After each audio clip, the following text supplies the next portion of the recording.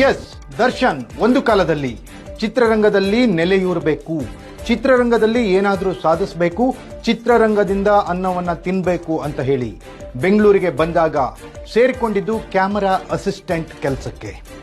ಆಗ ಶಿವರಾಜ್ ಕುಮಾರ್ ಅವರ ಜನ್ಮದ ಜೋಡಿ ಚಿತ್ರದ ಶೂಟಿಂಗ್ ನಡೀತಾ ಇತ್ತು.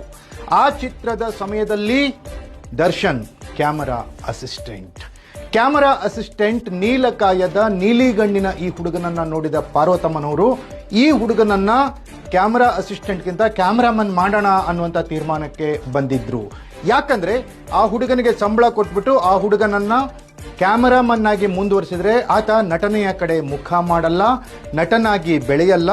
ಈತ ನಟನಾದ್ರೆ ಮುಂದೊಂದು ದಿನ ದೊಡ್ಡ ಮನೆಗೆ ಕಾಂಪಿಟೇಟರ್ ಆಗಬಹುದು ಅನ್ನೋದನ್ನ ಆವಾಗಲೇ ಕಂಡುಕೊಂಡಿದ್ರು ಪಾರ್ವತಮ್ಮ ರಾಜ್ಕುಮಾರ್. ಪೂರ್ಣಿಮಾ ಎಂಟರ್ಪ್ರೈಸಸ್ ಬ್ಯಾನರ್ನಲ್ಲಿ ನಡೀತಾ ಇತ್ತು ಜನ್ಮದ ಜೋಡಿ ಶೂಟಿಂಗ್.